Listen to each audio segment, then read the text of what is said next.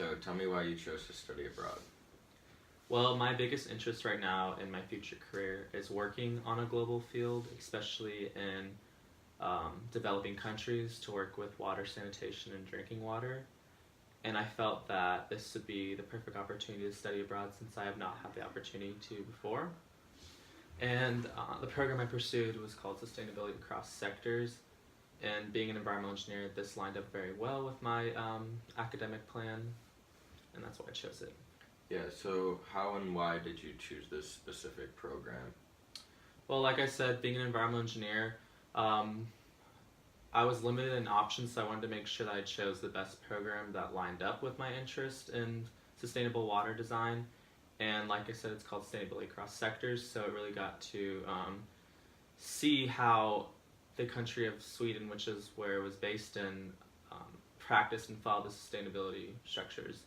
One of the things we actually visited there was the Chapala wastewater treatment plant, where they used a series of filtration methods and primary and secondary treatment methods to actually clean the water.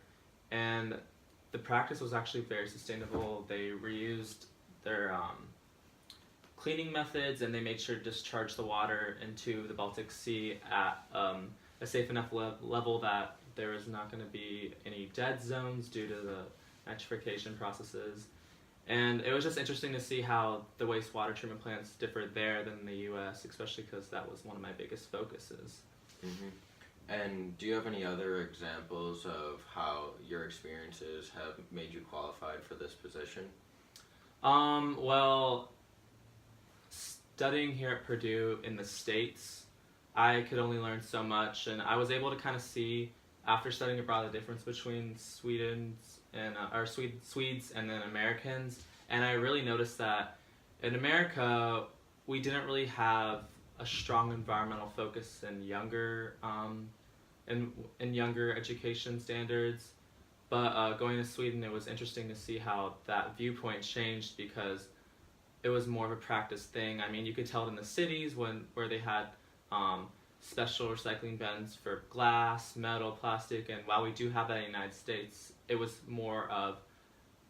easier to access in Sweden, and it felt as if more businesses had a model that was environmentally focused rather than in the United States. You see it's just now emerging as a popular thing, especially among the youth.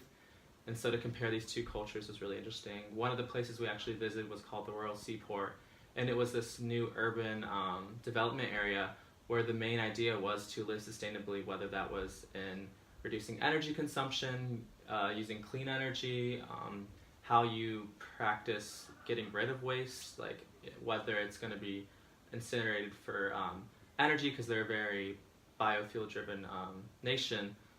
But yeah, just to see this type of area of where people live and they want to be there, like they have 100% placement rate among their apartments. That's people legitimately just moving in because they want to practice that lifestyle because they know the benefits it has for them as humans and for the environment they live around.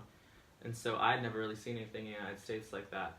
So the biggest thing I would really get from this experience was just the comparison of two countries that are both world leaders, but one that has more of an environmental focus, and seeing what I could bring from this trip into a career field.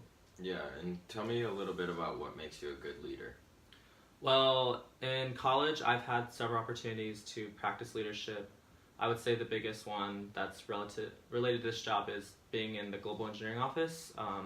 I was able to serve as our global engineering ambassador coordinator, which meant that I would have a group of students and recruit a group of students that were interested in global engineering and our programs such as study abroads, internships, global design teams in developing countries, and having them attend events and coordinating events for them to attend so that we could share information and talk to incoming freshmen and students who are interested in global programs and global engineering as a whole, and really getting a greater interest in practicing sustainable development and in not in just environmental issues, but in all disciplines of engineering, which I feel the environment plays a key role in all engineering disciplines. And so being able to practice this leadership experience really made me want to pursue this job as well.